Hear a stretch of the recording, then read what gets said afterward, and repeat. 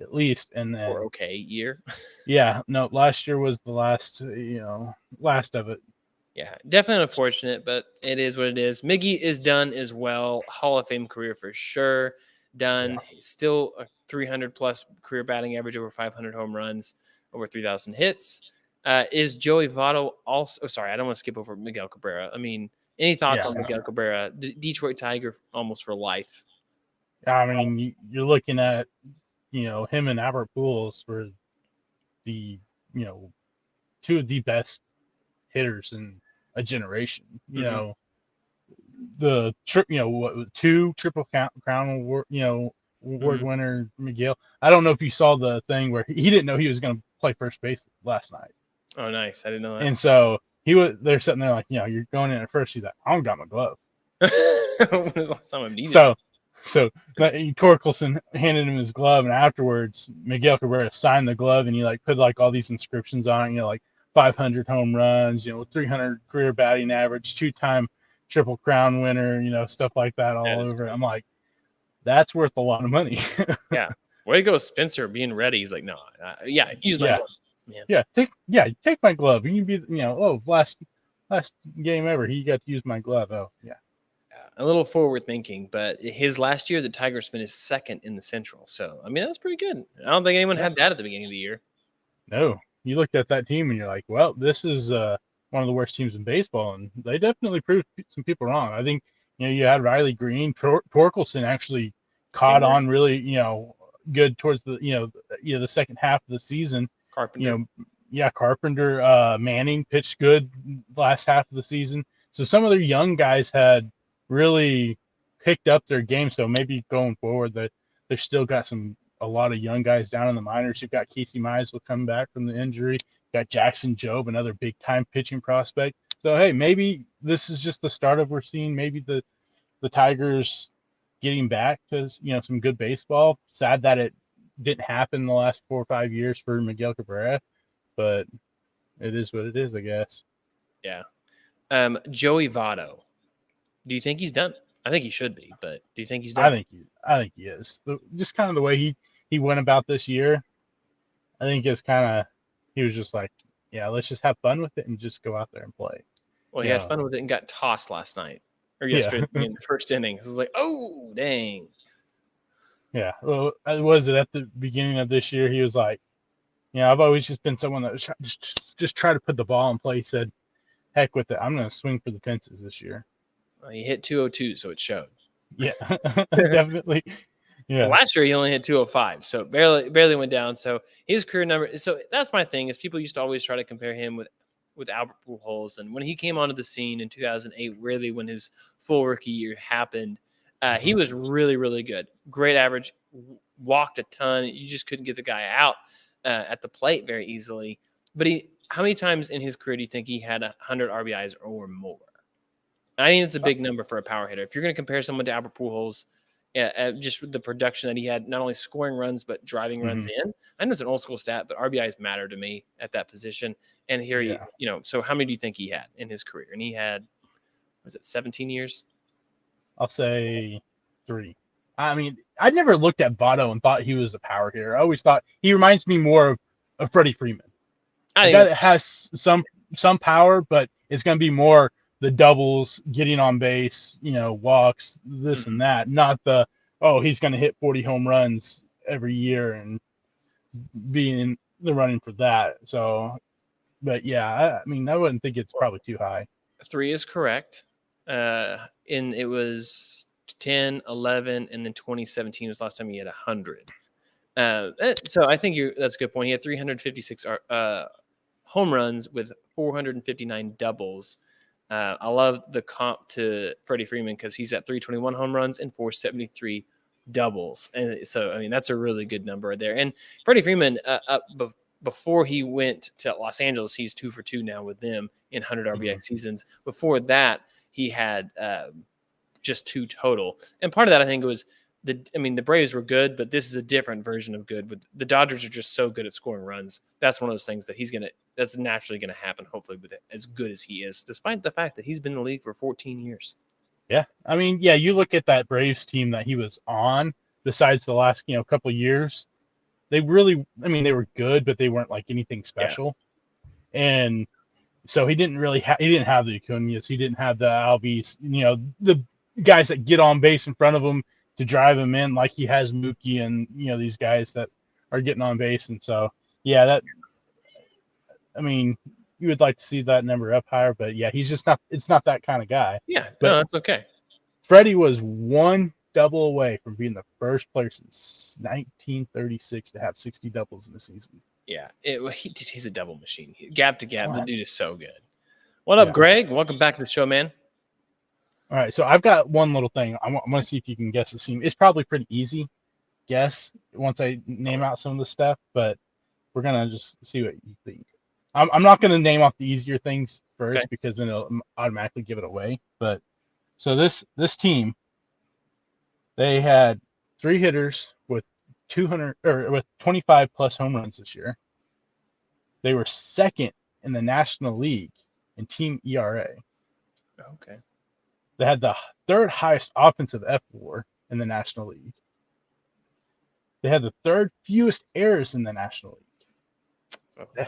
Okay. And then this is probably where it'll start giving it away. I think I already have it, but the errors are throwing me off, so we'll see. Oh. They had a closer that had a 1.61 ERA. Okay. They have probably the NL Cy Young Award winner. Okay. And they had 104 plus 104 run. Oh, yeah, I was right there. And missed the playoffs. Yeah, it was San Diego Padres. Yeah, absolutely. Yeah, no, I had it. I think what was the 3rd hint you had was I feel like that has to be it with the home runs plus the second one. The errors, I didn't know that they were that low in errors. That's pretty good. I didn't either. Yeah. So what's the problem then? Honestly, I don't know. It's one of those things where you look at the numbers and everything, and you're like, that should have been a top team in the National League this year. Mm-hmm. I honestly have no idea how they lost this many games to not make the playoffs. I don't know what it is. I don't know if it's the managerial staff. I don't know if it's the clubhouse culture, whatever you want to put on it. Something isn't quite right to where it's not plugged the right spot. But here's the thing. They did just enough. They were one of the hottest teams the last month of the season. I mean, they were within 2 games. They weren't actually going to be in the wild card. They weren't a legitimate threat because of how bad the first half was, which is why Josh Hader didn't want to throw 4 outs in a game, which I think is ridiculous. But because of that, they did enough to where you're almost like, do we bring everything back? Do we bring all the big pieces? Because this team is going into an offseason missing the playoffs. They're one of the top 3 most disappointing teams this year because this was the year that they were going to beat out the Dodgers. And guess what? They finished 3rd in the division. Dodgers won 100 games again, and they were 2 games over 500. Mm-hmm. Do you bring back Juan Soto? You just got Xander Bogaerts, and you had obviously a big Fernando Tatis deal, and you have tons of money locked up. I don't know what they're going to do. Yeah, Blake Snell's free agent. Yeah. Josh Hader's a free agent. I don't know what they're going to do. Yeah, it's one of the. I mean, did Preller?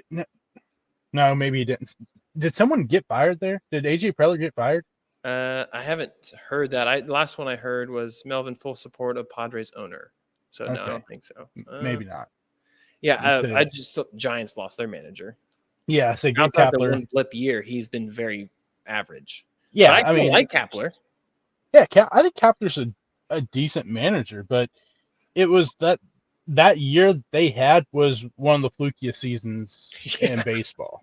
Yeah, and they've done exactly what you expected the last 2 years. But why are you putting the problem on him? This team couldn't bring in the big talent other than Chris Bryant trade. They haven't done anything to help this team overall. Like you struck out on Carlos Correa. Thank goodness you did, because that worked out well for you. It didn't work out well for the Twins. I mean, they're still in the playoffs, but like you give this guy a bunch of mediocre talent and he gives you mediocre results. I don't know. So to me, if the Cardinals fired Ali Marmol, they're not. But if they did, I would be like, I'd love to have him, because I think we have way better talent and we spent the money, and they're going to spend the money in the offseason in trades and free agency to bring in better talent.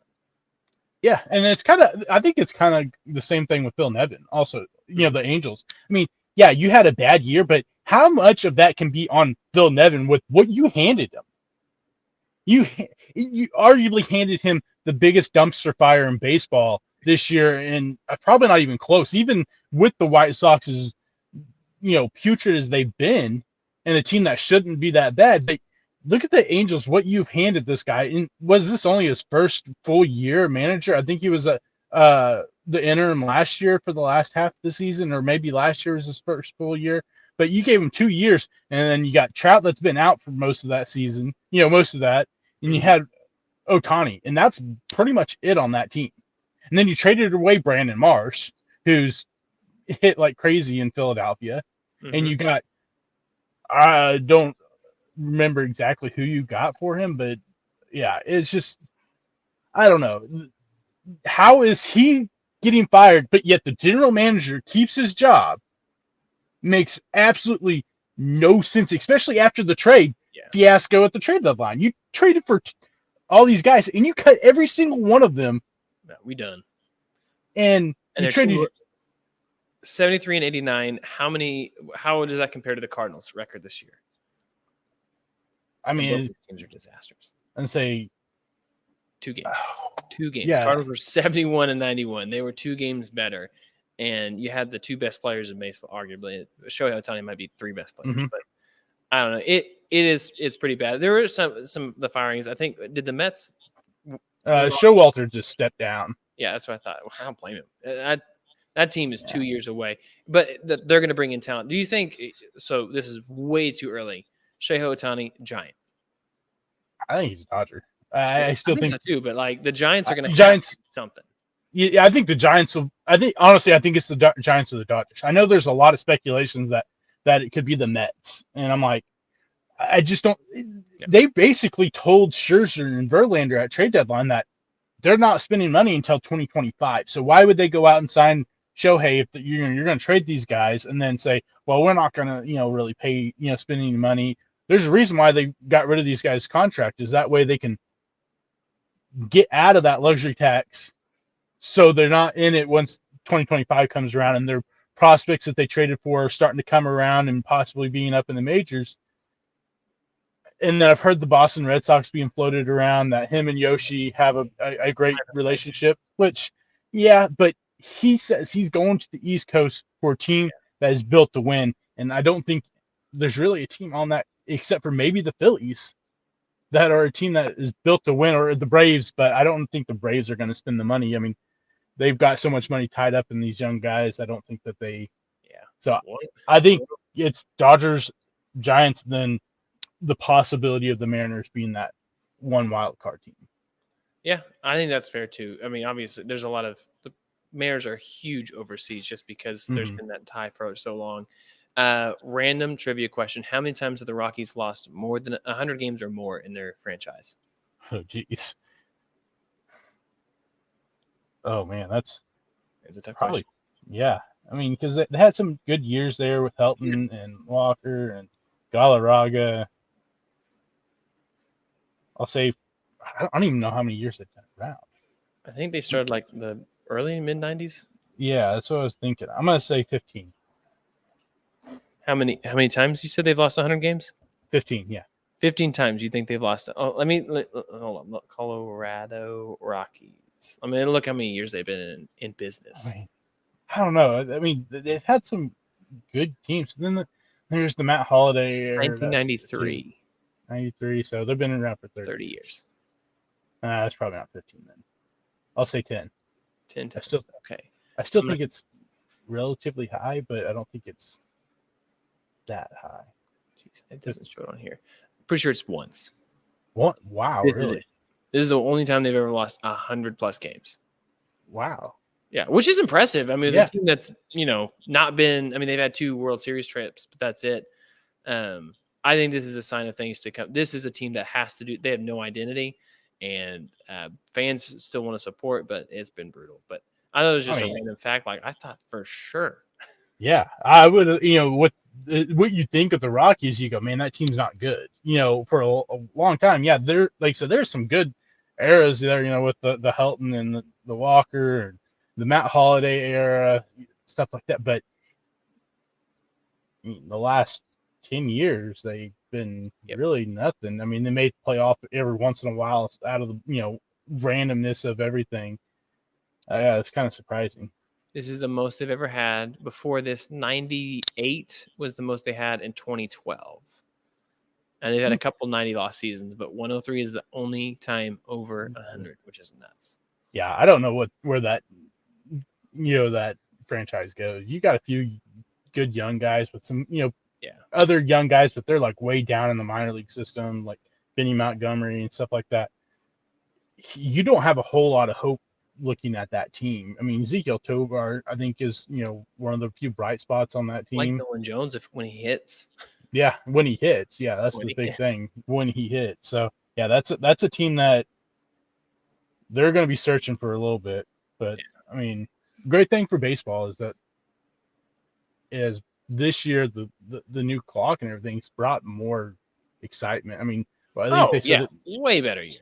Yeah, the attendance was up 9.6% compared to last year. And was there 17 teams that had at least, I think it was like 2.5 million in attendance for the whole year. And then, so this year, you know how many more stolen bases there was this year in the regular season compared to last year? Yeah, over half the league had 2.5 million or more, over half.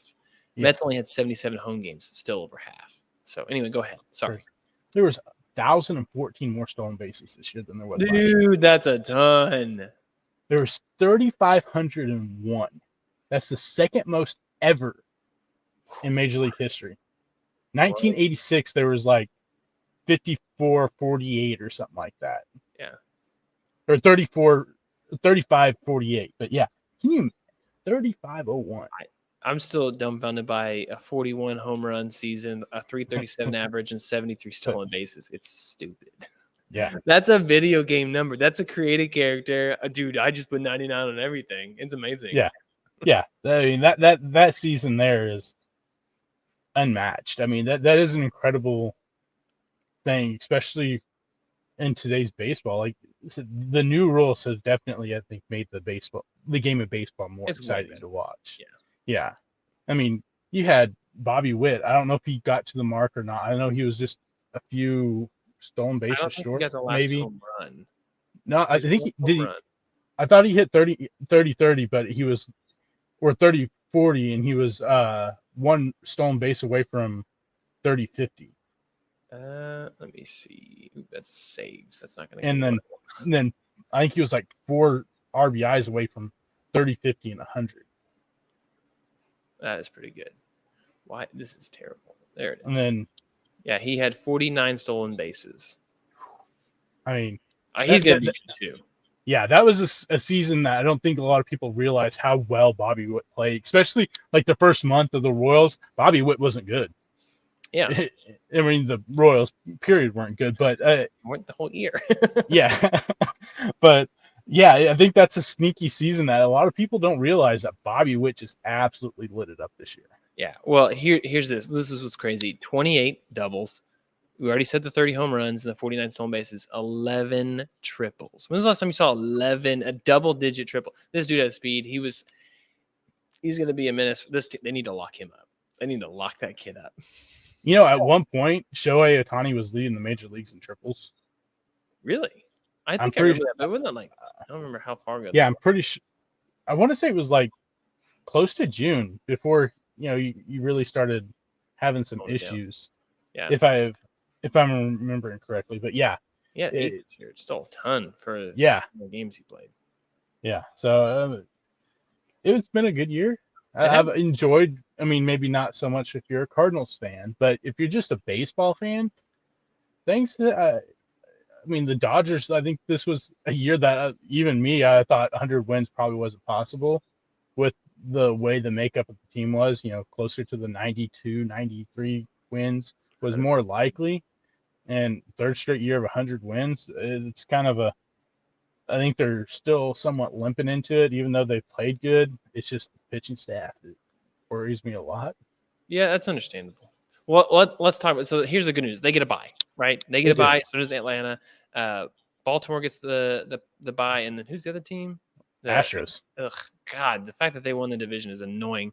So let's go ahead and talk about. We got a little bit, a few minutes here. Let's talk about.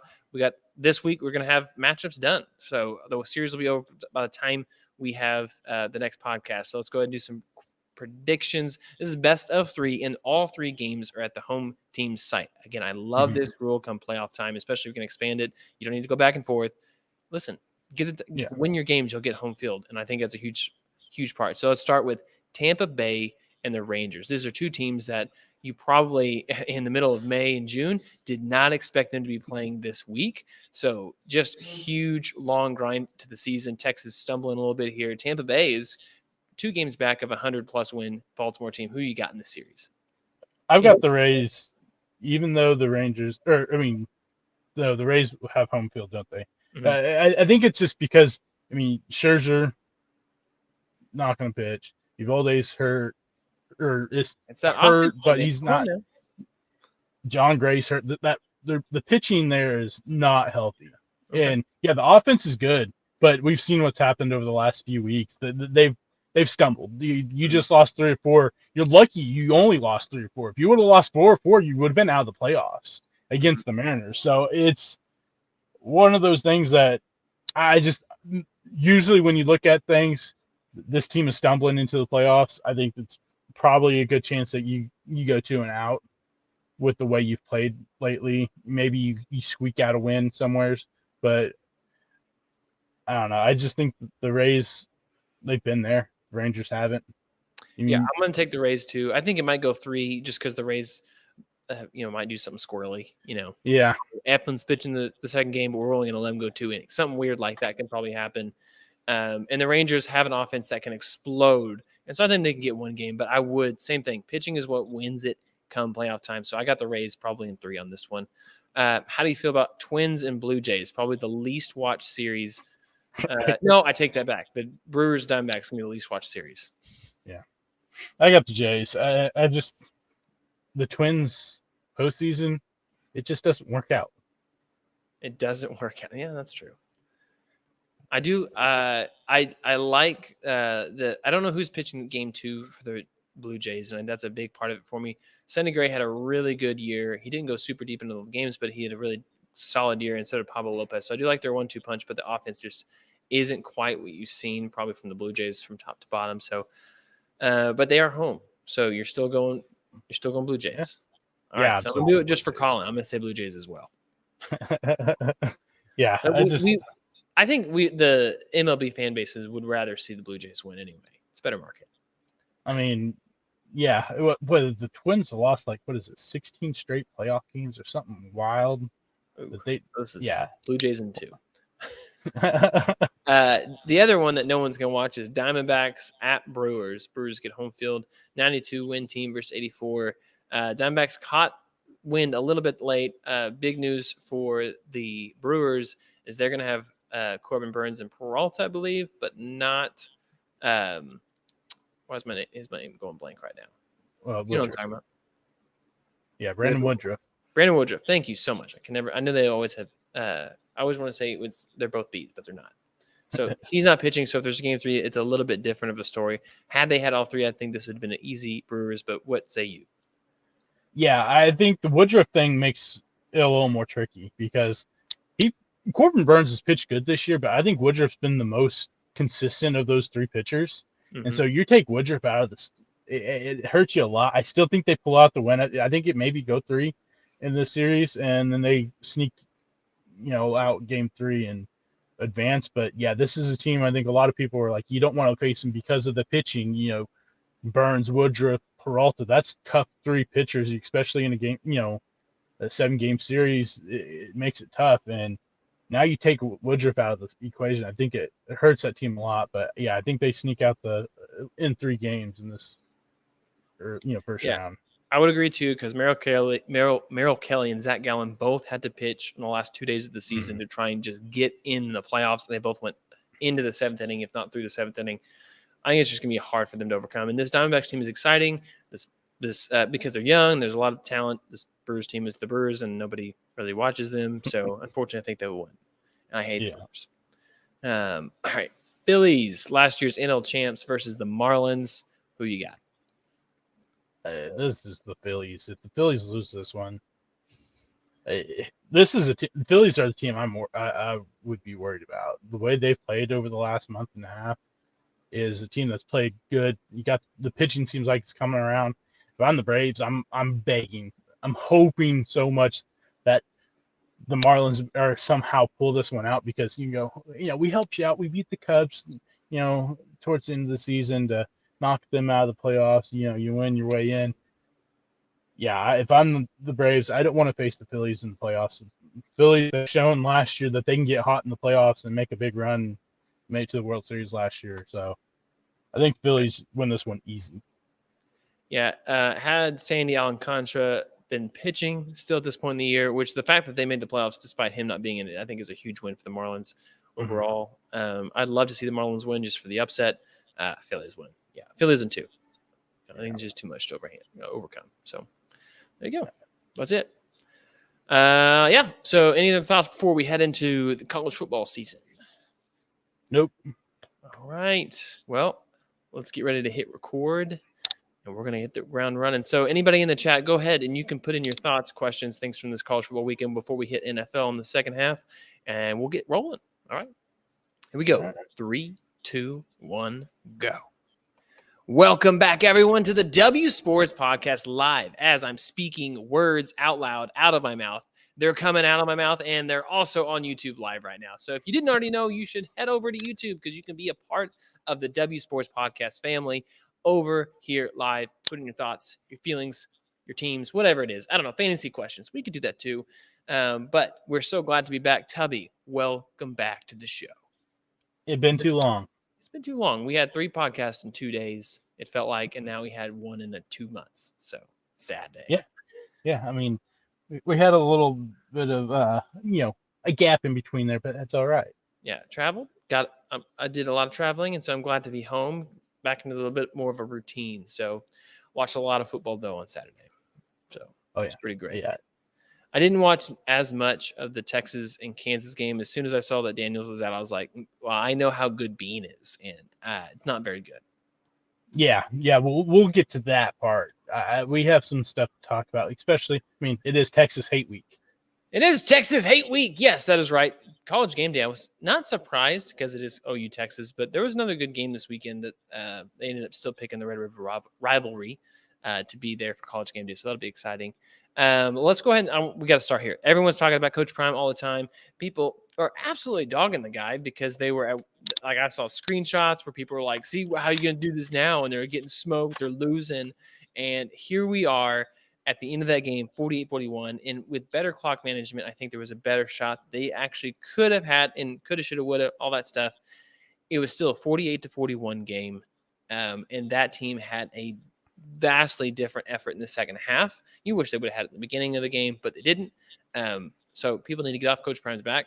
We've literally, as OU fans, we've been through this last year. Remember 3-0. Remember this team's different. And then all of a sudden it was like, oh my gosh, this team isn't as good as we hoped. Oh, this is not going well. But the effort is there. The people care about the program. And I think that's what we saw. That's what I saw in watching that game with Colorado. Yeah, no, everyone was taking, they saw the Oregon game. And they're like, I don't think Colorado's a good team. I think they're a decent team. They got good offense. The defense is bleh, but the defense played really good in the second half. I'll give them that. But it's kind of one of those things where the beginning of the schedule kind of made you look better than you were. But I think if anyone expected USC to absolutely just blow the doors off of Colorado, I thought you're mistaken. We talked about this. We text about, which game, has a better chance of, upset, Texas or Colorado, Kansas or Colorado. And I thought Kansas, before Jaden Daniels got hurt during warm-ups, had a really legit chance of winning that game. But we said this game will be a lot closer than everyone's thinking. Contrary to what they look like against Oregon, Oregon has way better defense than USC does. Oh yeah, absolutely, and they care. Like, this is a good, well-coached program right now. Yeah, absolutely. Go ahead. Sorry, I didn't cut you off. No, you're good. How as a team your quarterback goes 30 for 40 403 yards and 6 touchdowns, and you only win by 7 points. And afterwards, your coach has the audacity to say, well, I don't think this is the same thing that happened last year. It's vastly different than it was. It's the same thing, guy. Your defense is terrible, and you want to sit there and try to make it out like it's something different. That defense is not good. The teams you played early made your defense look better than it was. Yeah. And you played San Jose State, you played Nevada, and you played Stanford right off the bat. You played 3 teams that are ranked in the 100. Terrible. Just terrible.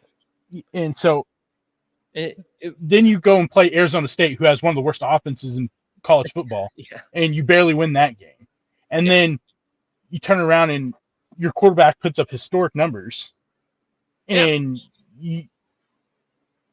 your defense can't do nothing. Well, and so that's my thing. We're going to put a lot of the blame probably on the defensive side of things.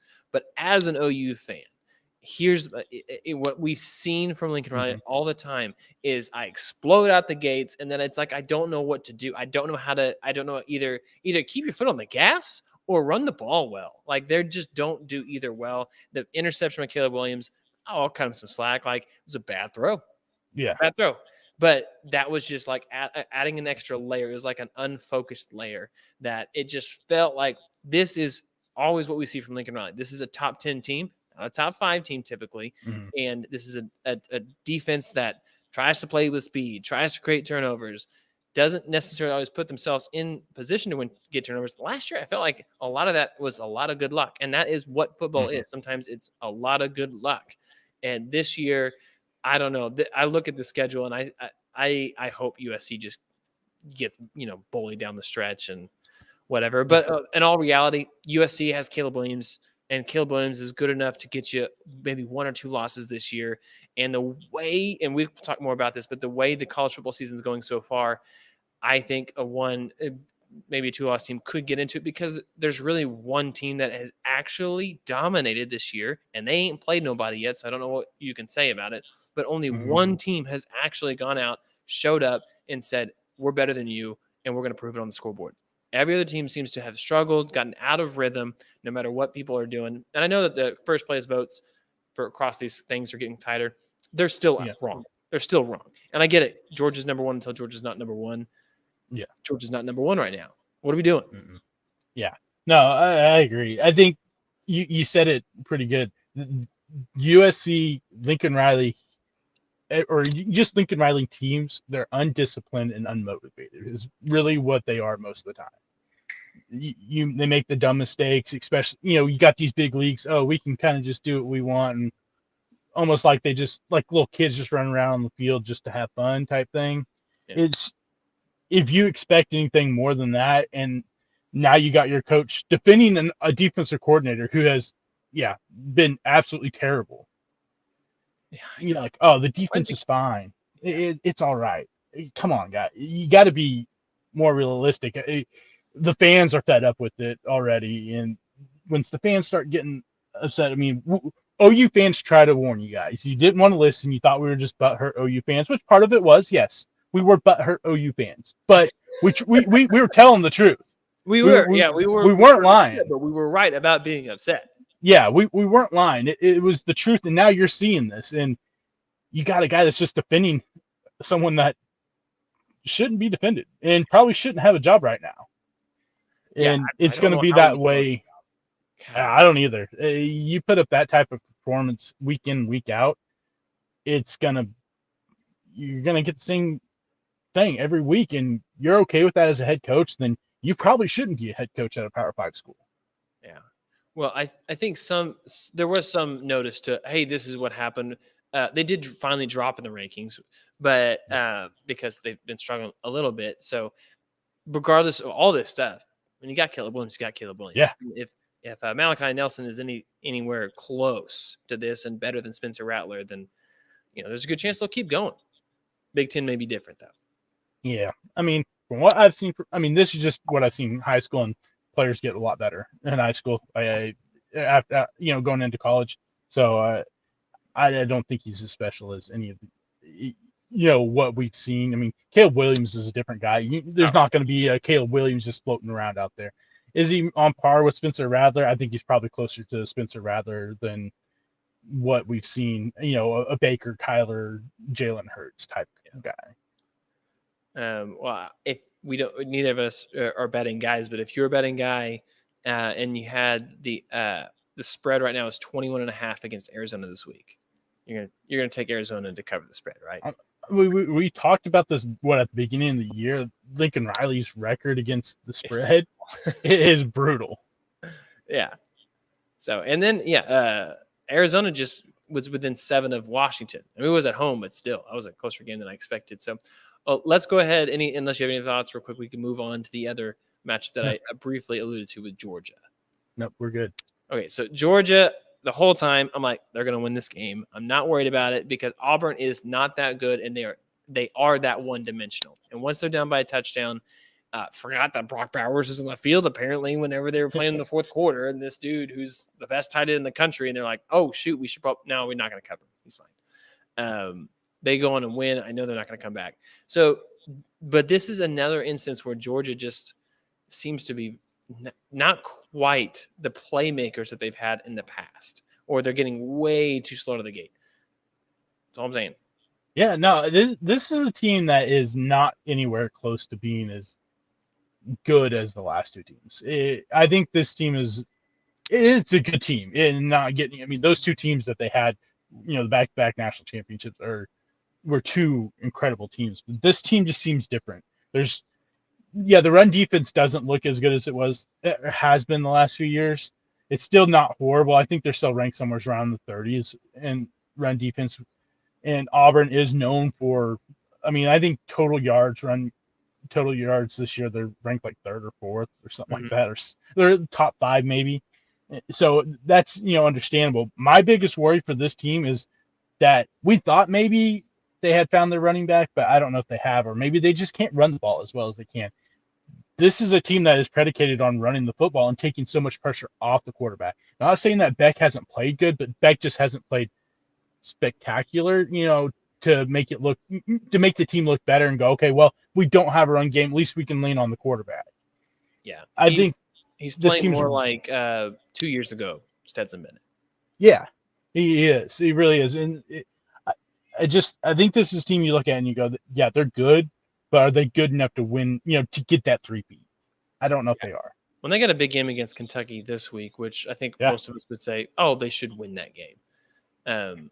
But at the same time, if they lose that game, Kentucky is the only other team that's undefeated that's played 2 games. I guess Missouri's undefeated. But everyone that's going to be a huge tiebreaker game come SEC championship game wise. That they still have divisions right now. So, but I think the reason why the gap is closing on number 1 overall team is because, like you said, they just haven't quite had that next level. Michigan dominated Nebraska. Nebraska is, man, this is another rough year for them. Brutal. Yeah. But if I'm a Nebraska fan, I still have hope. Not for the season. Yeah, not for the season. But for the future. Because Matt Rule, we all know, takes over a program. They win 1-2 games the first year. Then the second year is the win. You really see he got his guys in there. He's getting, his systems. It's pretty typical. But, Matt Rule, second year, they take that big leap. And so, if you don't take that leap next year, then maybe you go, okay, maybe he hasn't brought his back. Yeah. But yeah, Michigan's the best team in college football. Exactly. What are we even doing, them not being number 1? I know that they played East Carolina, UNLV, Bowling Green, Rutgers, and Nebraska. I know it's not great. Yeah. Those are all Division I teams last I checked. I mean, you're giving up, 8.5 points a game or something like that? Not even 8 points. It's ridiculous. Or maybe it's 6.5. Yeah, 6 points. 6.5. Yeah. They get up. No, it's 6 points a game. Or 5. Yeah. I don't know. Either way. It's a low amount. Yeah. And you do that against anyone, over 5-game stretch, you got a good team. I don't care who you're playing. You're holding teams under 10 points. You've got a good team. It's just, like you said, scheduled people are going to look at it and go, oh, yeah, well, they're, haven't played anyone. Okay, but they're still winning the way they should win when they're playing these teams. Mm-hmm. Mm-hmm. I thought this was the number 1 team going into the season. I know Georgia, you have to beat Georgia to beat, But I thought there was a lot of questions with Georgia with quarterback and some of the guys that lost on defense. Were they going to be able to reload and stuff like that? And I think you're starting to see those, questions, pop up throughout the season. I don't understand where the voters are looking at this and going, well, yeah, Georgia hasn't lost. But okay, cool. But neither has Michigan. And Michigan's won dominant every single week. I don't care who they're playing. It's just, if it was close games, say that, they're beating some of these teams by like 10 points or like there shouldn't be anywhere close, close to Michigan, maybe have some argument, but you're just blowing these teams out of the water. Yeah, well, they are in control the whole game. Like Michigan's not a team that's built to score 55 points. They're just not. No. So if they score 40, that's a lot. So they're just dominating these guys in old school. Just, hey, we're just going to beat you. We're going to control the ball. Not super explosive all the time, but they could be. So they did that. They just did it again. Yeah, I mean, why would you? I mean, you've got probably the best running back tandem in college football in Corum and Edwards. Why ain't I going to feed them the ball 40 times a game, 50 times a game? Because I can give, both of them 20 carries a game, and I'm going to be in good shape. Oh, yeah. And so far it has worked. They don't have the true test, Penn State, Ohio State. Those are the two big games left on their schedule this year. But other than that, they should be in good position to win the division, play for the Big Ten again, and then presumably make the college football playoff. So number 3 team, Texas, played Kansas. We already talked about this a little bit on the YouTube side of things where I think it was on the YouTube side of things where once we knew Daniels wasn't playing, we knew Texas was going to win this one. It was still pretty close. Here's the thing about Texas. I know it was 40-14. It didn't feel like 40-14. Kind of all happened there at the end. But this is another week where it felt like Texas just couldn't find the rhythm. Everything on paper at halftime said this team should be absolutely dominating, and it was 13-7. Yeah. So this is, we are in Texas hate week. We got the Red River Rivalry going. OU Texas, Boomer Sooner, horns down. But everyone wants to talk about the OU schedule and how things have laid out for OU and, try to dismerit what Oklahoma's done this year. I'm going to throw out something I don't think a lot of, just casual college football fans know. So if we're going to take shots at OU's schedule, let's look at what Texas has done. Yeah, you beat Alabama. That's probably the worst Alabama team in 8 years. 2015 this is not Alabama. Jade Milrose, the worst quarterback they've had in the last 8 years or even longer. Yeah, probably longer. You've played JT Daniels and Rice. JT Daniels, this is his 6th year in college football, 4th different team. He's transferred 3 times. We know what JT Daniels is. We know he's not a good college football quarterback. Then you've played a backup quarterback in Wyoming, played a backup quarterback in Baylor, and you played a backup quarterback in Kansas. So tell me, where have you been tested besides the worst Alabama team in the last 8 years? Yeah. Wow. I mean, pretty good test. They did win. But I 100% agree. And what's crazy right now is the matchup predictor on ESPN has OU favored. Yeah. Which I think is crazy. Like, because there's not near Dylan Gabriel's got a little bit now that the Heisman stats are out there. But other than that, this has been all Texas all year long so far. Drive me insane. If that Dylan Gabriel showed up against Iowa State, they're in trouble. Texas, that Dylan Gabriel's the sharpest Dylan Gabriel I've seen in an OU uniform. In the stats were incredible. I know that the completion percentage is still a little. It was not saying he had a bad game. There were some passes he probably should have completed, but he was making the downfield throws. He was completing deep passes, which is something we haven't really seen besides playing against like Tulsa and Arkansas State. This is a test against an Iowa State team that typically has a decent defense. This year, I mean, it's Iowa State. They're not good, but I know everyone's, you gave up 20 points to Iowa State. They had 2 touchdowns that were 61 yards and 57 yards. Yeah. Both times, the defender tried to jump the route and intercept the ball instead of playing the wide receiver. Yeah. You don't make that, they score 1 touchdown and 2 field goals. And we're not even having this discussion. This is the first time they allowed an opponent to score 20 points in a game this year. I know. They're the only team in college football that's in the top 3 in scoring defense and scoring offense. Yeah. And Yeah, and I will say, like, the Texas again. This win, they did win. That won at home. Kansas is a Mm-hmm. good team this year, but here we are. They avenged their loss from last year, the overtime But one. I mean, you beat a team without their best player. I know. I think Ah, it's yeah. what we said last year. Remember when we were talking about NFL playoffs? We talked about the Eagles, and Mm-hmm. I think it was the Eagles, and how many backup quarterbacks they played throughout the year. And I was like, you ain't played no Patrick Mahomes, and then they almost beat Patrick Mahomes. Yeah. This is so this is going to be different now. Last year, good Lord, I hope we stomped the crap out of Texas, because last year that was brutal, and I couldn't even watch the whole thing. It was just disgusting when you can't play offense because you didn't have a quarterback, and Texas beat a team without a quarterback. So this year, I hope it's going to be a big game. We'll come back to the prediction on that side here. Yeah. I think at the end, if you're okay with that, we'll work through some of the review work, and we'll get to some of the prediction work. But Yeah. I mean, it just. I think if Jalen Daniels plays that game, it's a much closer game. And Kansas, they missed a lot. I mean, the first 3 or 4 drives, Bean didn't complete a single pass, and it wasn't anything due to Texas what they did. It is because he couldn't put the ball on the money. The dude was overthrowing it and wasn't putting it in their hands.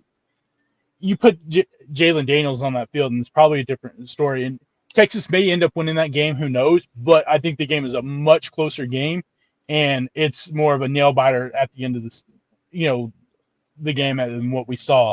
And then also just kind of OU thing this week.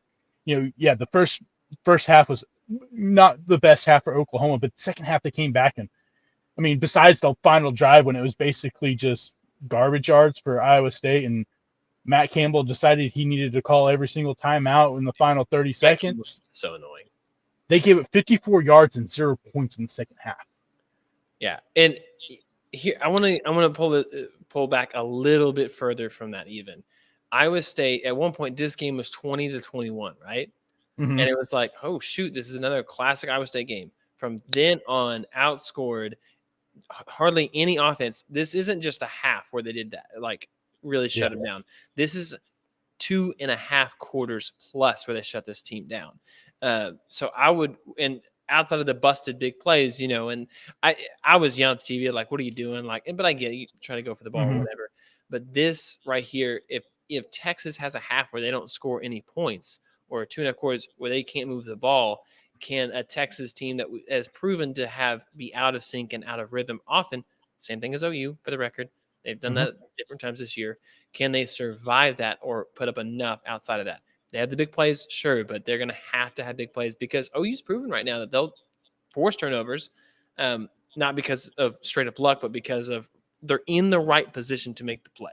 And that's a huge part of what I've seen this year compared to last year where they were just bad angles or still trying to learn the system, stuff like that. This OU team to end 50-20, it doesn't look as great because you gave up more points, but don't forget 2.5 quarters where they didn't score again. Yeah, I mean, look at what OU's done this year and how they have finished the games. I mean, the Arkansas State game, you scored 73 unanswered points, but then you have SMU where they played inconsistent. Oklahoma was kind of out of sync, but they ended on 14 unanswered points. Tulsa, they kind of got in this weird flux where Carnell Williams came in and they weren't quite sure what to do. They ended 28 unanswered. Cincinnati, 10 unanswered. Then you got Iowa State, 29 unanswered. They are figuring out a way to make the adjustments and then stick with them going forward as the game goes. And this is something that the OU team last year wasn't able to do. And there hasn't been a single game this year that I've watched at Oklahoma that, even when they're in these tight games with the Cincinnati and whenever it got 21-20 against Iowa State, was I ever worried that we were going to lose this game like last year when you had these close games and Oklahoma's offense was playing inconsistent, up and down, and the defense, wasn't able to make stops where you're like, yeah, we can't win this game. Mm-hmm. I haven't felt that at all this year, and I think that just speaks to the difference of what this team is compared to last year. And this is a completely different team than when we've seen. They're moving in the right direction, I think, and this is a big litmus test for Brent Venables to see where we're really at right now and get his first real big win as OU head coach. I'm going to be cheering my face off in this game. Oh, I know. I'm sorry. Well, let's move down. So a couple of the games absolutely destroyed. Oregon over Stanford, almost a copy paste from the week before. I think a less talented team than Colorado. So still did that. Washington squeaks by Arizona on the road, but it's kind of a weird environment. But Michael Penix wasn't. I mean, he still put up numbers, but it didn't seem like they were quite in sync or as crisp as normal. But he's 1 yard shy of 2,000 yards already this year. Yeah. Outside of Caleb Williams, Michael Penix has been the best player in college football. Mm-hmm. The kid is he's absolutely changed my mind on him. When he went to Washington, I was just like, okay, did you see what he did last year with Indiana? I mean, how is this much of a difference? Yeah, he's absolutely, and part of it could be, I think the Pac-12 is better than what we expected with the teams that they have. Still, some of it I think is that there's not great defense played in the Pac-12, so it may, make his numbers look better. But I think a guy that he reminds me a lot of that have seen what he's done is Tua. They're both left-handed quarterbacks there, and they rely on accuracy. And his accuracy has been so much better over these last couple of years that he looks like someone to me now that I could see be a first-round quarterback compared to 2 years ago when you looked at him and you go, I don't know if you can get drafted and be on a practice squad the way he played. He's absolutely changed my mind. This kid is, put up the numbers, and outside of Caleb, he is the second right now, the best player besides Caleb Williams in college football. 100%, and good for Washington to get back up there. Notre Dame barely beats Duke. They should not have won the end of this game, but Duke, I think they just were tired at the end of it. They didn't make enough plays on the offensive side. They should have been able to win this game. But Sam Hartman gets the ball in the end zone, so they eventually they get the win or whatever. So tough break for Duke. It was a good start to the season. High ankle sprain for their quarterback, so that's going to be questionable going down the road. Notre Dame, are you worried about Notre Dame? I mean, I think there was a little bit of a hangover from the Iowa State or the Ohio State game. I mean, you lose in that fashion, last second touchdown. It's going to take a lot out of you, and you very well could see it linger into the next game, and I think that's what happened. But I think there's also, you can't take away from what Mike Elko's done at Duke, the way he's transformed that defense to be a good defense. And I think this is a team that Florida State should be very afraid of if Riley Leonard is healthy. The way that Duke is playing defense right now, I think sets up bad for what Florida State, does on offense. So this is a team, if Riley Leonard's healthy, that I think Florida State, you can't overlook this team at all, because Mike Elko has done a really good job at what he, in the 2 years he's been at Duke.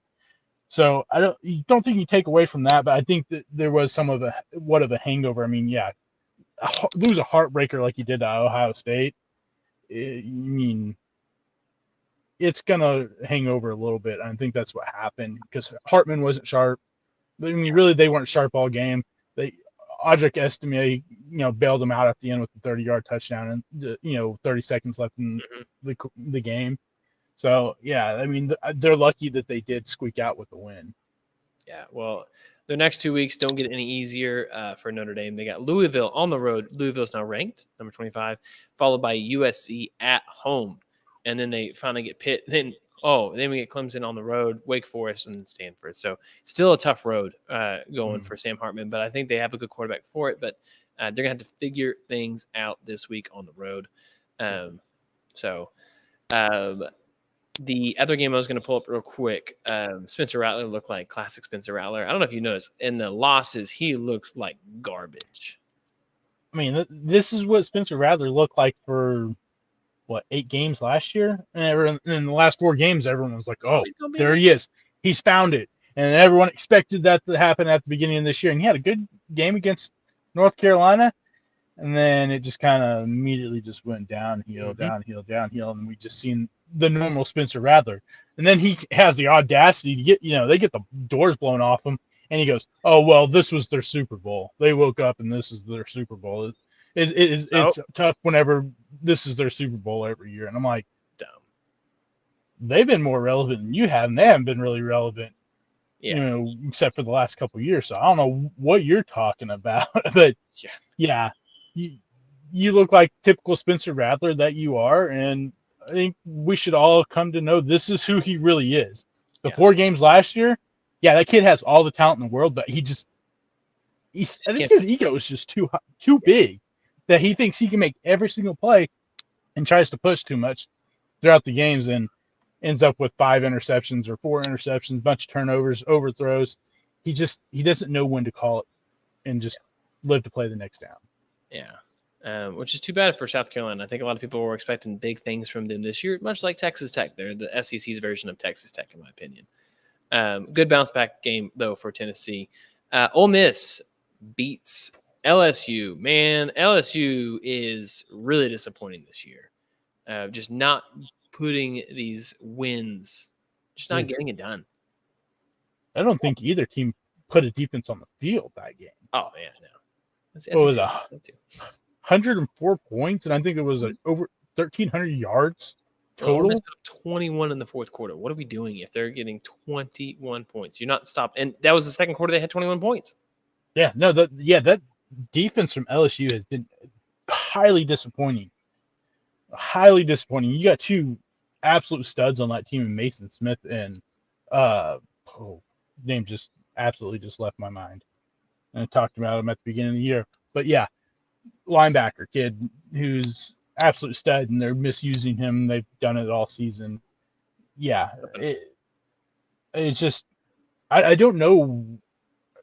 Yeah, Brian Kelly's just not it. The guy was always underachieving in Notre Dame and take him to LSU, and then now he's losing out on so many kids out of Louisiana that they typically don't lose out on. Mm-hmm. And I think it's starting to, it almost has the Jimbo Fisher feel to me, where you paid him so much money, and yeah, he can get some of the recruits, but now he's not getting those guys. And even if he does, he isn't developing them right. And that's the way I feel like it's going for LSU. But at least for LSU, we know that they are quick to pull the trigger and get rid of you fast. Yeah, well, they're going to have another test this week, another ranked game that they get to play this upcoming week. But Jackson Dart, Jaden Daniels had over 500 yards. I mean, it was a great game. Great offensive game. Like you said, there's no defense. But how real is Jackson Dart in Ole Miss? 4-1. I don't know. I like the way Jackson Dart has played. I think Jackson Dart has played really good besides the Alabama game. Yeah. And that was really the only test that he's had this year. And that's what makes me still a little leery on Lane Kiffin and the Ole Miss team, because you didn't play great against Tulane, against a backup quarterback. Yeah, you win this game, but it's because neither team decided to play defense at all. Mm-hmm. It's just, I don't know. I think this team is kind of more of a pretender. I think, yeah, maybe they are good enough to be a top 25 team, but I don't think they're as good as what their record shows. And yeah. Yeah, I agree. Greg put in the chat, the SEC doesn't has the best defense. I'm assuming it was sarcastic. They don't right now, but maybe when OU gets there, they'll have the best defense again. That's my hope. Let's go. OU's got the best defensive mind in college football, so hopefully that becomes true. Yeah, I'll agree. Quick, before we get to this next weekend, we'll be quick on this thought real fast. Utah needs rising back so bad. That team is terrible. That's all I got to say. I honestly, I thought they were going to lose to UCLA the week before because of Rising. Luckily, their defense was good enough to shut down UCLA. But, yeah, without Cam Rising, this team is a mid-tier team at best. Yeah, and it's not going well. They just don't have any consistent quarterback play. So let's go into some predictions. So if you're following along with us on YouTube, or I want you to put your game picks as we go along as well. So we're going to start with LSU versus Missouri. We were just briefly talking about it. This is at Missouri. So who you got? The undefeated Missouri Tigers or the LSU Bayou Tigers? I know one team is going to get to stay the Tigers. One team will not. They're fighting for the name. Yeah. So who's the real Tiger? Columbia is a tough place to play.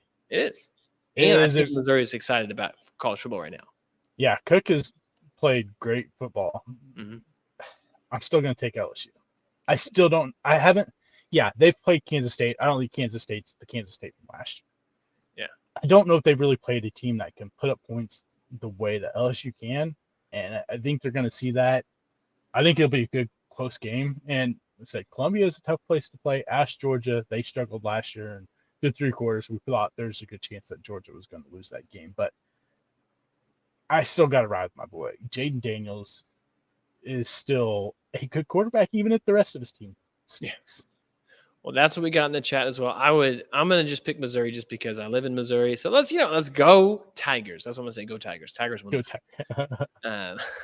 Makes me, I wanted to say if I'm gonna say Tigers, I should probably say it like the coach that was there at LSU for a while. Go Tigers. Good. Yeah, the deep so Louisiana accent. Oh, it was amazing. Yeah. All right, so let's move to the next game. We got Alabama, Texas A&M. No, it's not a ranked matchup, but we got Alabama's only favored by 2.5 in this game. Number 11, did they find their rhythm with Jalen Milroe in this last game where they put up 40 points? Milroe did have a decent game overall. It was pretty good. His best game probably since he really took it over the reins. Texas A&M with a different starting quarterback as Wigman's out for the year. Is in Tuscaloosa or is it in College Station? It's College Station. That makes it a little bit more tough, but I'm still going to take Alabama. I still Nick think Saban versus Jimbo. Give me Nick. I still think that Texas A&M is just not really as good as what they show. You got the doors blown off against Miami. Really, other than that, you haven't really played anyone. Yeah. Georgia in Kentucky. This one's in Georgia.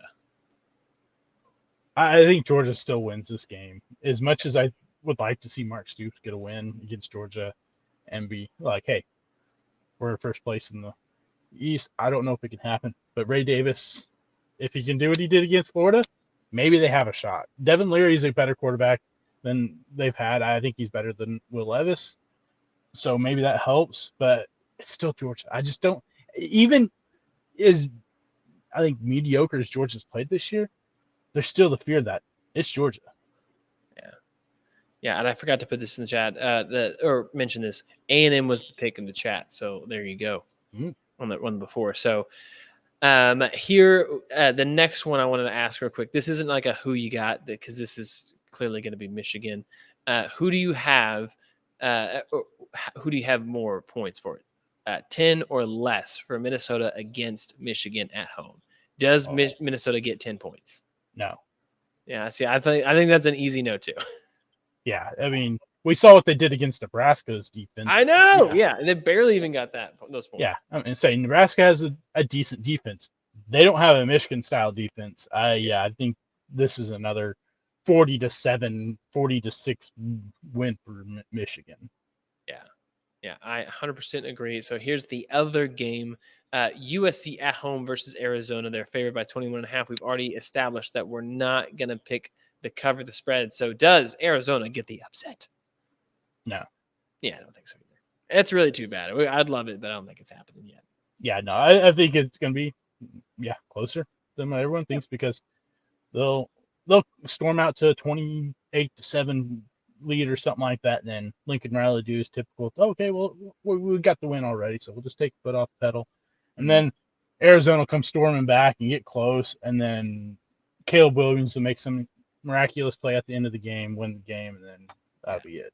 And if they lose, they're like, well, we didn't want to be there anyway, so it's Arizona. It was Arizona. We didn't want to go. Yeah. To catch the chat up real quick, it was Georgia was the pick for them as well. So, all right, the big game, Red River Rivalry. I can't believe I said that as well as I did right there. That was the best I've done in a while. Texas against Oklahoma, neutral site, 50-50 on fans for sure. Texas is favored by 6.5. This is like the highest over/under I've seen outside of the LSU Missouri game, which is crazy, at 60.5 points. Who you got in this game, Tubby? Come on now. So I'm going to read off a few things for you real quick. Okay. Texas, since 2010 national championship when Colt McCoy broke his collarbone.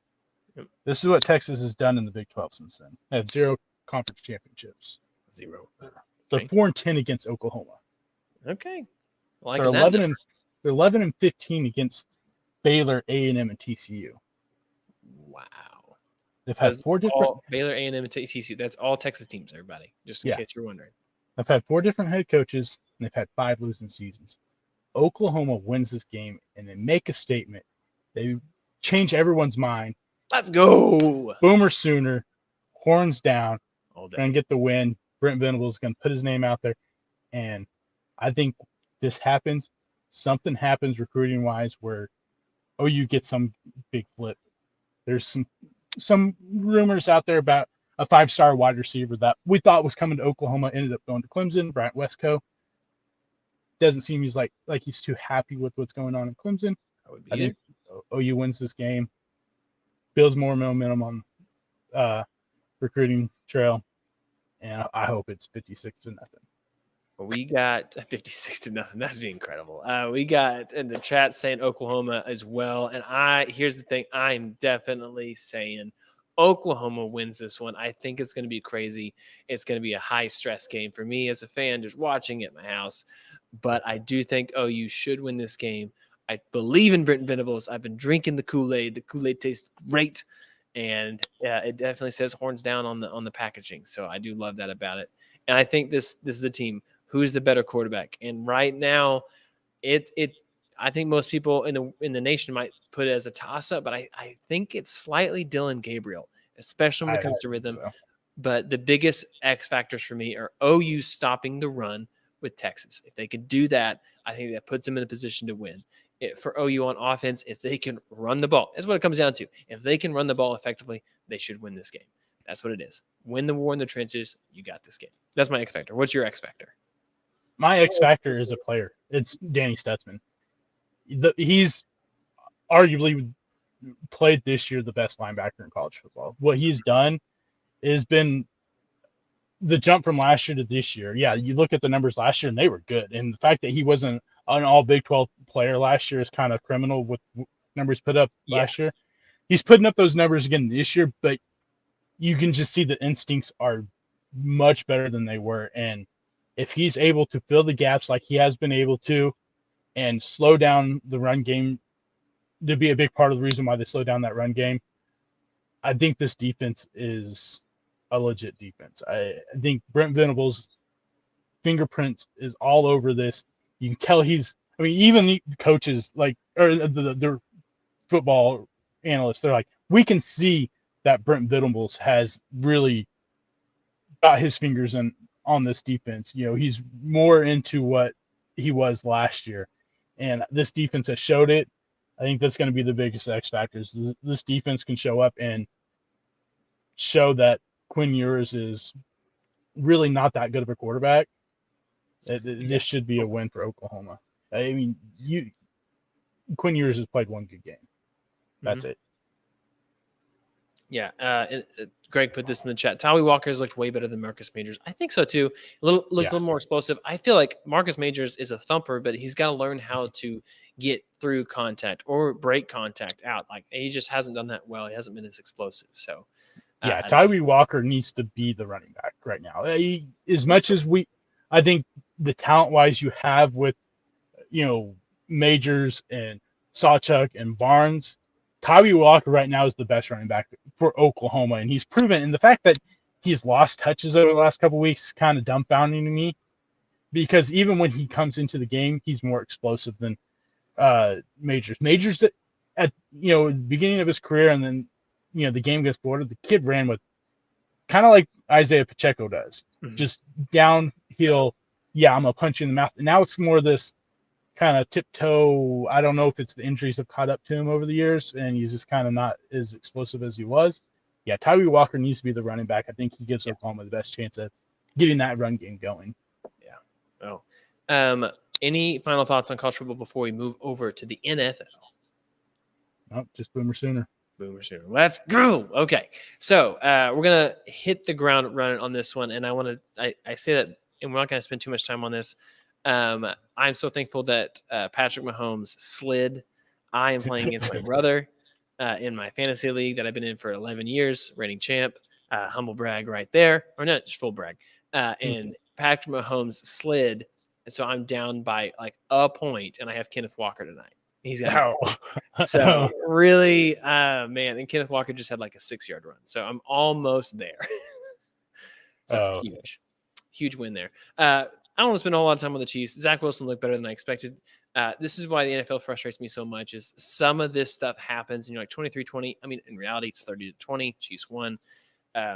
They tried to beat themselves again. I don't understand. What's the tackle's name? I want to say not Orlando Brown. Taylor. Dude, Juwan Taylor. I'm so sick of the penalties. I don't know what he's doing. It's terrible. You would think if they're throwing the flag on you that much that you would fix it.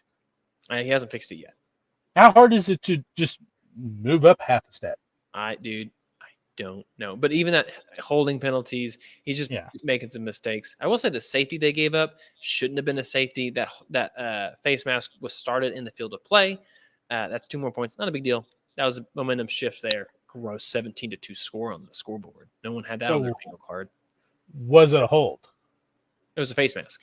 No. The big question at the end of the game. The Sauce Gardner, was it a hold? I don't know.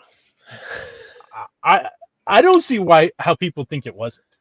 Because you watch it back, he literally turns MVS.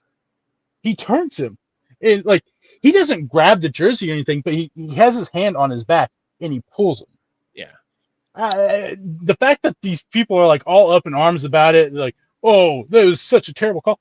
I don't see how you don't think that's not. He literally had his hand and pulled his back and turned his body and lost his angle on his route. Yeah. Well, here's the thing: the Jets aren't going to trade for Kirk Cousins, and they're not going to go sign anybody. You know why? Because they want Caleb Williams. And my thing is too is that I don't know if you saw the interview with Rodney Harrison after the game with Chris Jones. Not incidentally. Rodney Harrison needs to be fired. That was absolutely bush league the way he went about it. You are a football analyst, and the way he was talking about Zach Wilson, Zach Wilson hasn't played great, but Zach Wilson played good last night. He did. And like kudos to Chris Jones, the way he handled it and was like, man, this kid is good. You guys, he's gotten better each game. Just give him a chance. Rodney Harrison's like, oh, he's garbage. I don't know how you can say he's good. He's garbage and all this. I'm like, that right there. You are supposed to be unbiased in the way you're talking about a guy. And I guess all these other football players, Micah Parsons, and all these people are like, that's bush league. I know there's a couple guys that we won't ever do interviews with Rodney Harrison ever now because of the way he attacked. Football is it's a brotherly thing. Really is, whether you play with him or not. And the way Chris Jones handled it, hats off to him for having some, being humble about the way things went. But yeah, the fact that he was attacking Zach Wilson after that. Zach Wilson, that pass he threw to Cj Uzomah in the end zone, I think just shows the potential there. I'm not saying Zach Wilson is going to, he's not turned the corner yet, but I see what you're saying. That throw, I mean, that's a throw most people can't make. And I feel like that Zach Wilson's playing to not make mistakes. And that's when you make the mistakes. Mm-hmm. If you're Robert Saleh and you're Hackett, take kick gloves off and just let him throw the football. And if he throws 5-6 interceptions, okay, then you have your answer. But just let him go out there and play where he's not in his head going, oh, I can't make a mistake. I can't make a mistake. I can't make a mistake. And then he makes the mistake. Right now, he reminds me a lot of Ryan Leaf. Just personality, the way he's handling it, because it's bigger than what he's ready for, I think. And that's part of being a New York Jet quarterback. Literally, there's no other thing you can do about it except just get ready, be ready. So that's the hard part about it. But going forward, the Jets, you figure it out. And like they definitely are putting kid gloves on it. It's very apparent with that offense. But you got Breece Hall. Give him the ball a lot. Throw the ball around. You got offensive rookie of the year last year. You're going to be fine. Yeah, and your offense line's brutal. So you can't put a whole lot of – I mean, Zach Wilson's running for his life a lot of the time. He hasn't made the best, decisions. And that fumble, was a very costly fumble for him. But you had multiple drop passes. Yeah. Passes dropped in the end zone. That's not on him. Yeah. That's on other guys too. Yeah, I'm not saying Zach Wilson has played good by no means, but he played good last night. And the fact that everyone wants to put the loss on him, I think, is crazy because if he doesn't play like he did last night, they ain't even in that game. Yeah.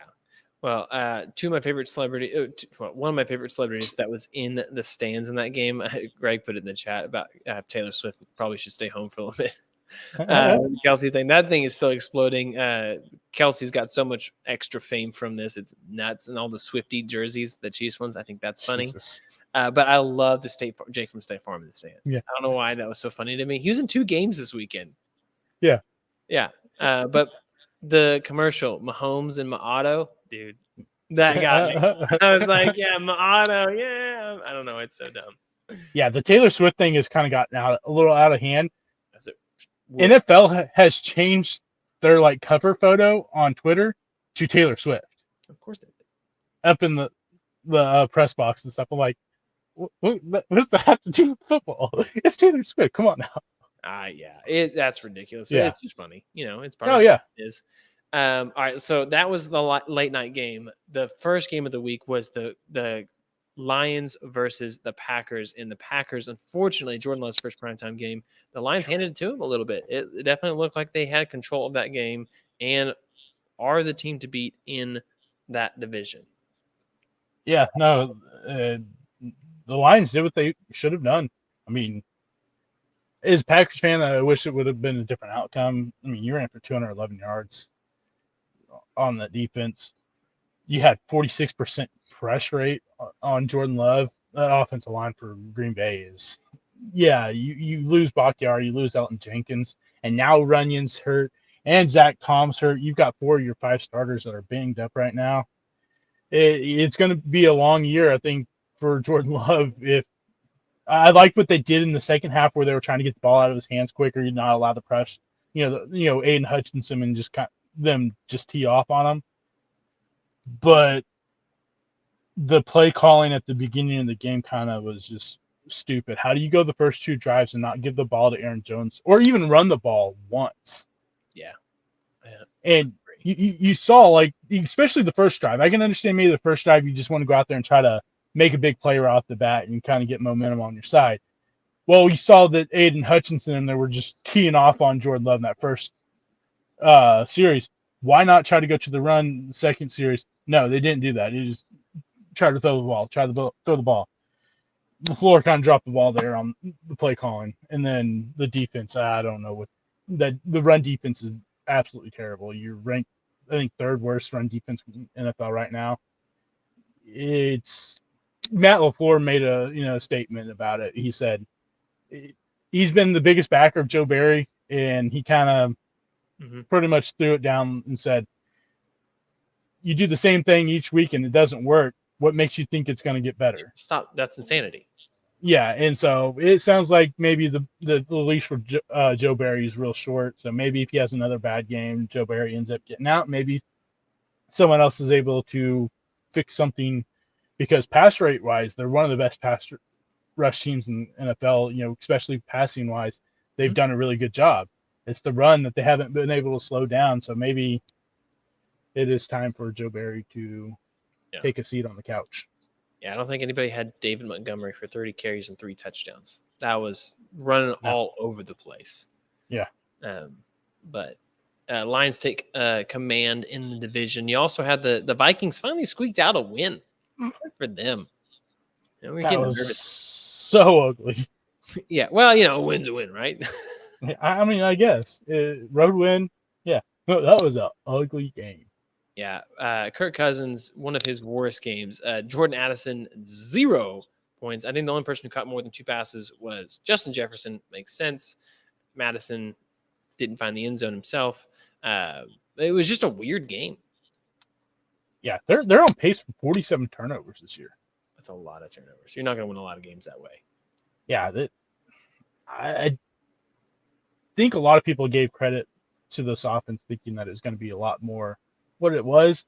I had my questions with, the run game. Is Alexander Madison the guy? I think we see Cam Akers probably take a big, step forward in the next week or so and take some of those snaps away from Madison.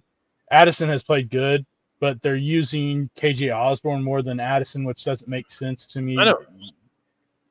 Throw him out there and let him go. I mean, it's a different position. It's wide receiver. Wide receivers, especially these young wide receivers of the last couple of years, have absolutely thrived in the NFL. So, yeah, he's going to be open because you got Justin Jefferson on the other side. They're going to be more keyed in on him. And KJ Osborne's dropped so many passes this year. we know who KJ Osborne is. We know his talent level. We know his top is, the third wide receiver on your team. But that's fine. Yeah. You're right. And I really like Jordan Addison. I had quite a few shares of him in the fantasy world because I believed in it. But the Vikings, pretty ugly game. They didn't have the ball most of the time. Barely even, it's almost 2-1. 2-1. No. Yeah. Doubled up, I guess. 40-20. I don't know. I can't say that right. I guess that is 2-1, which is crazy.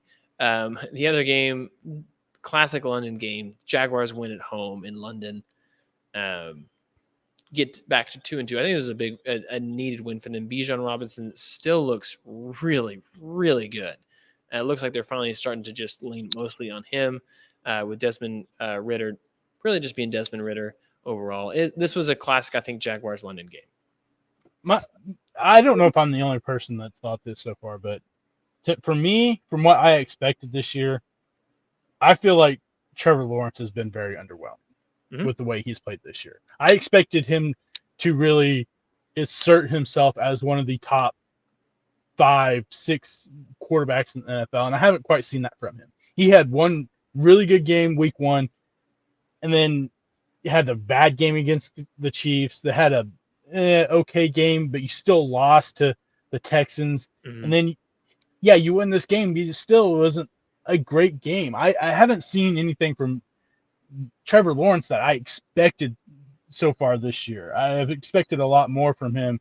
So maybe a win will help get his confidence back. I don't know.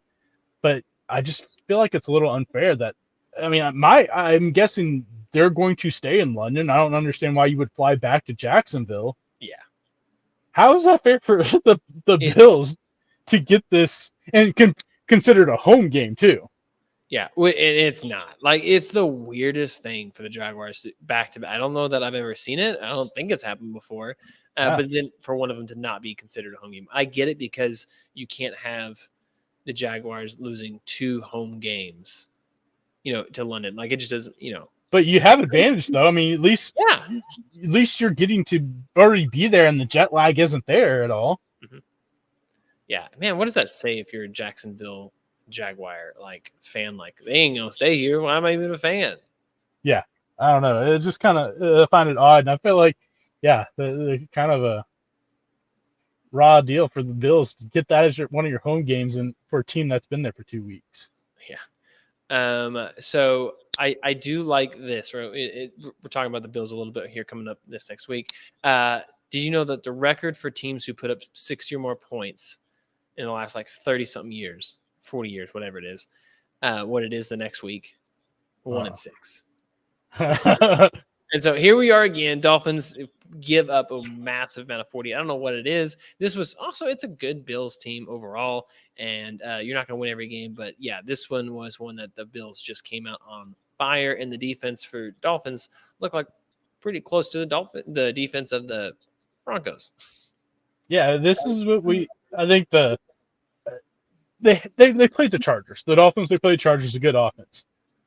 But their defense really hasn't been tested a whole lot. The Broncos, they're the Broncos. They're just, not great. Yeah. And now you're facing divisional rival Josh Allen, one of the best quarterbacks in football, a team that's really shouldn't have lost week 1 besides Josh Allen giving the ball to the Jets 3 times. Many times. Or throwing it to the Jets 3 times, right to them. They probably should be one of the 3 undefeated teams right now. But I think this shows a lot that the Dolphins, they have a great offense, but their defense isn't anywhere close to what their offense is. Xavier Howard is I don't know how they only threw at me once. Well, because Coho's on the other side and he ain't even good. Yeah. I'm throwing against that guy every single week. Oh, yeah.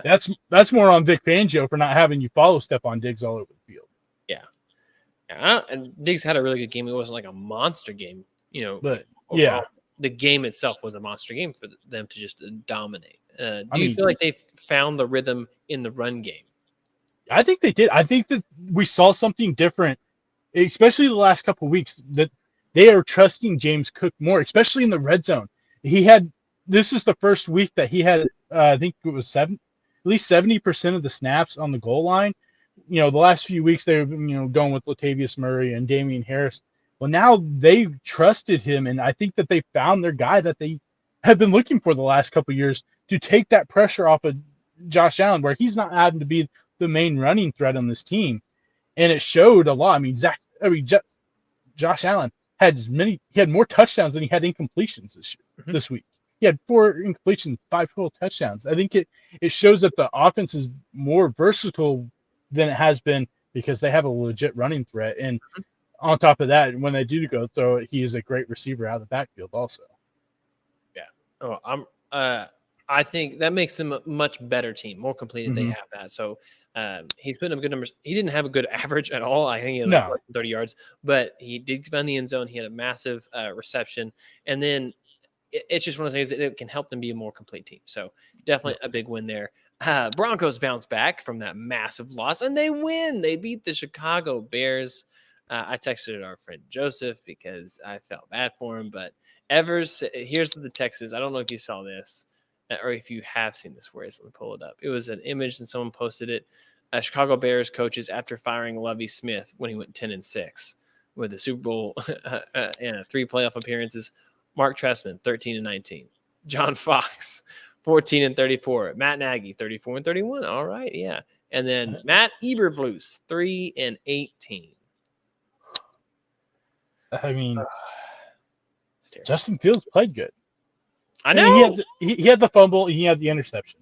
But you as a coach, that you're trying to find some way to get your team motivated or try to get them, past this weird funk that you're in, the Bears, and you don't take the field goal to tie up the game, and you go for it, and now you lose this game, and pretty much everything that Justin Fields did is just for nothing.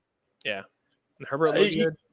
Yeah. I mean, Eberflus is, all those coaches, I don't know what you do, though. I mean, you already lost your defense coordinator. He resigned last week.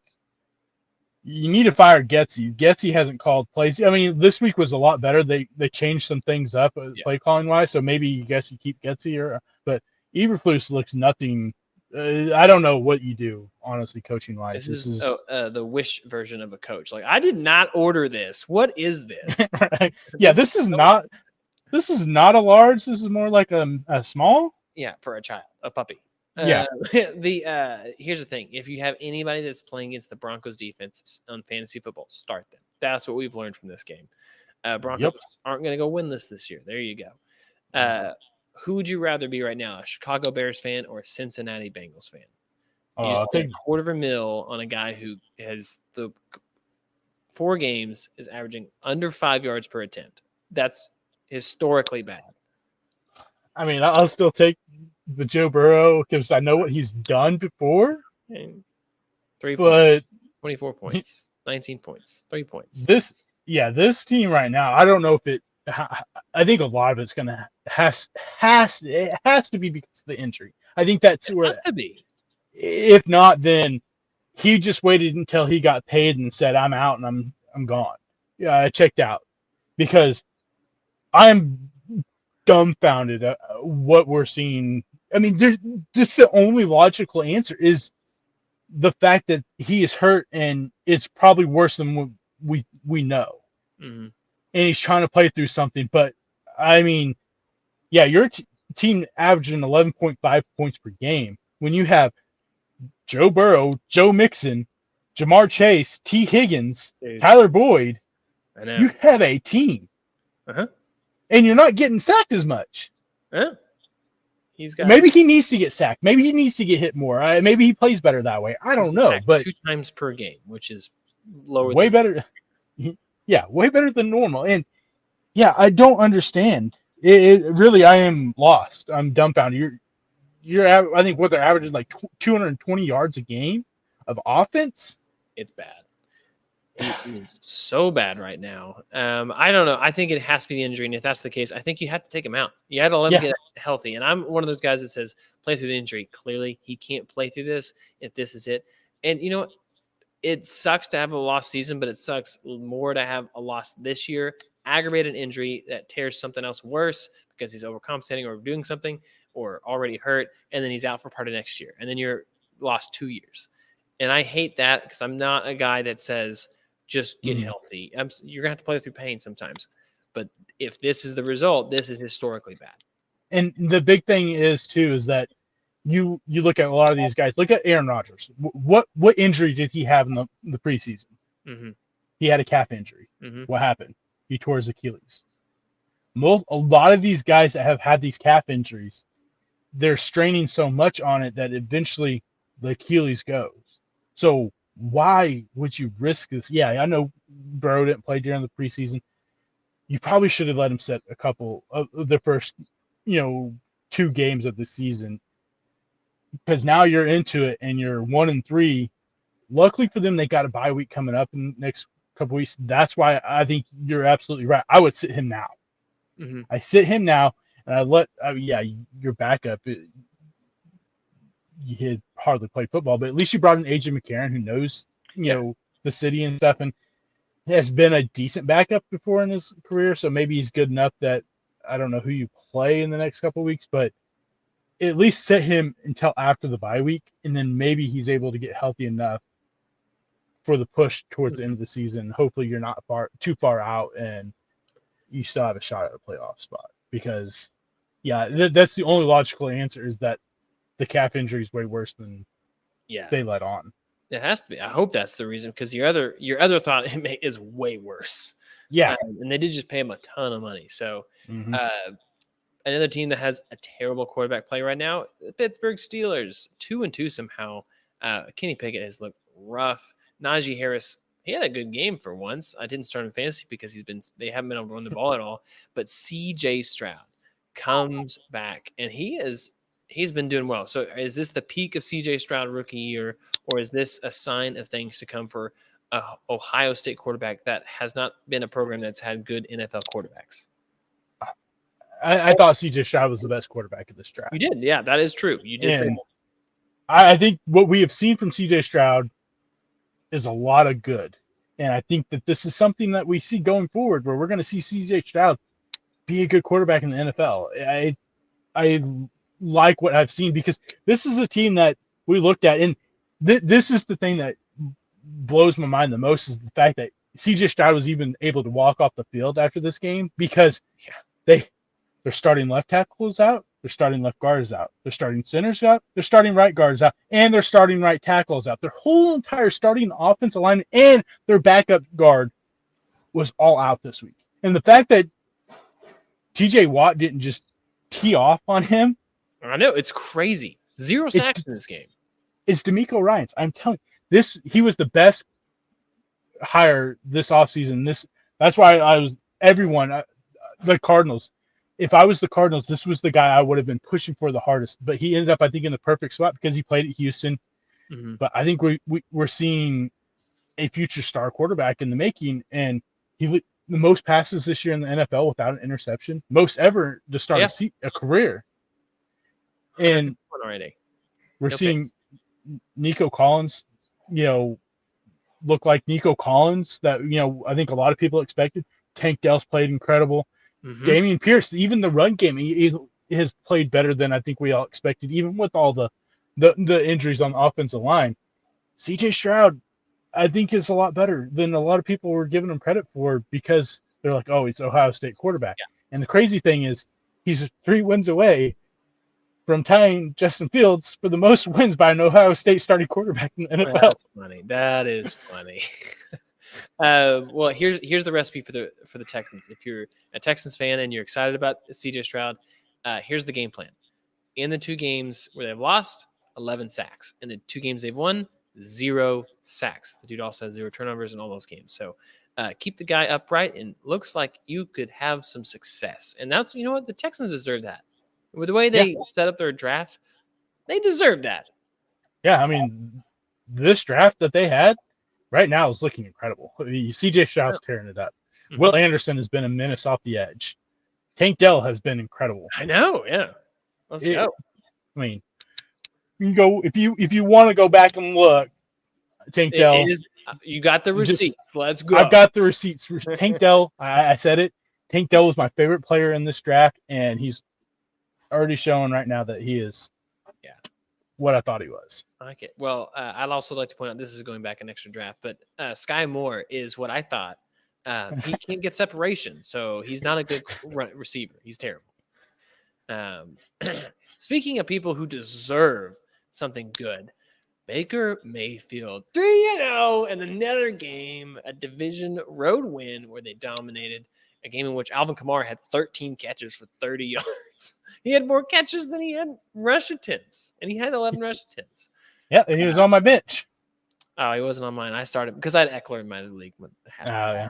And I was like, I got to start him. But how about this? Baker Mayfield and the Bucks are 3-1. Baker had another good game, 3 touchdowns, but he did lose Mike Evans, which hurts. Yeah, that definitely hurts. But man, I'd love to see it for Baker. I love it. And he's played so good too. Is the thing.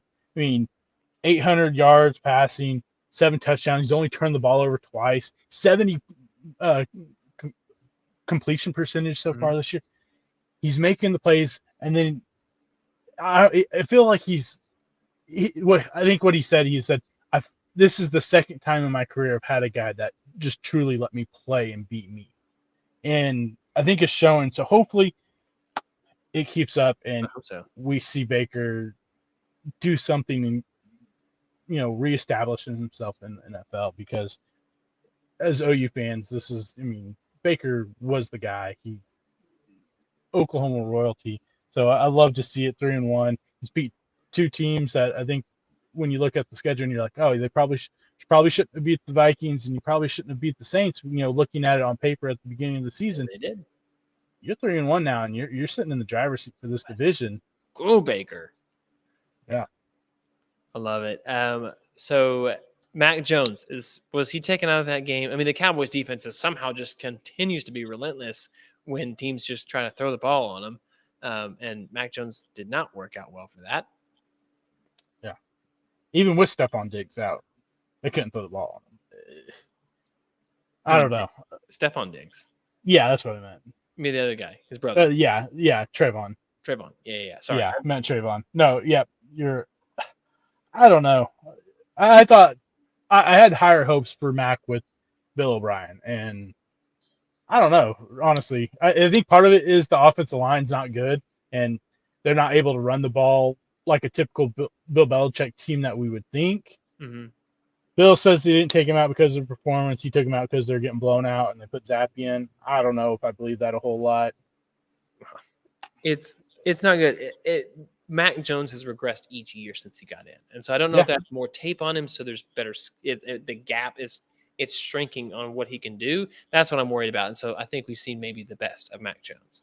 Well, the thing was, like, the first couple of weeks, Mac Jones played good.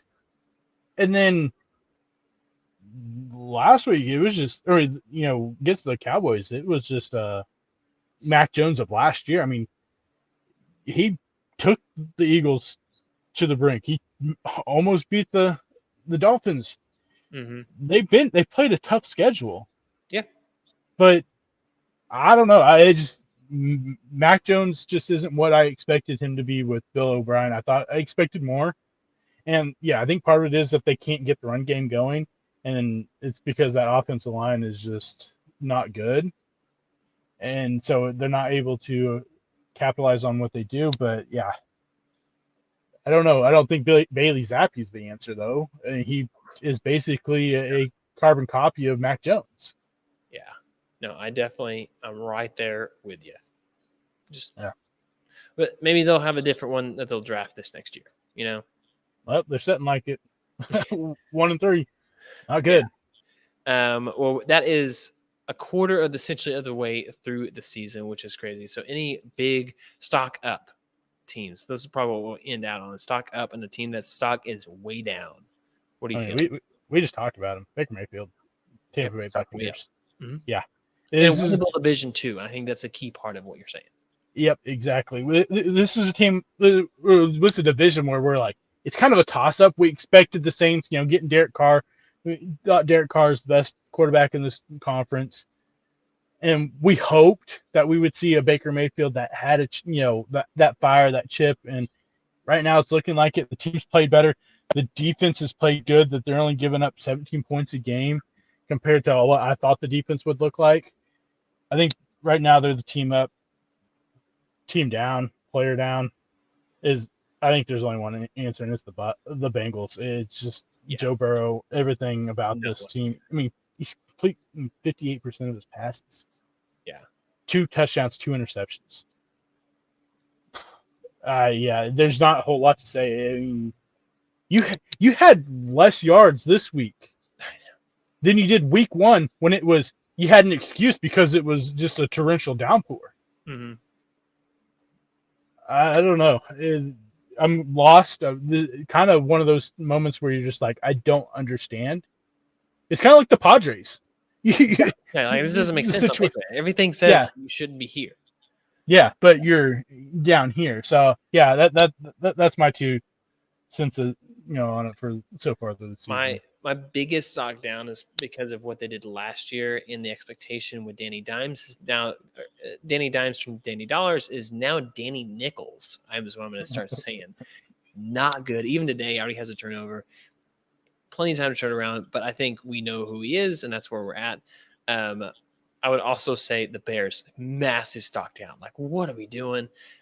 Stock up. I'm going to go player over team.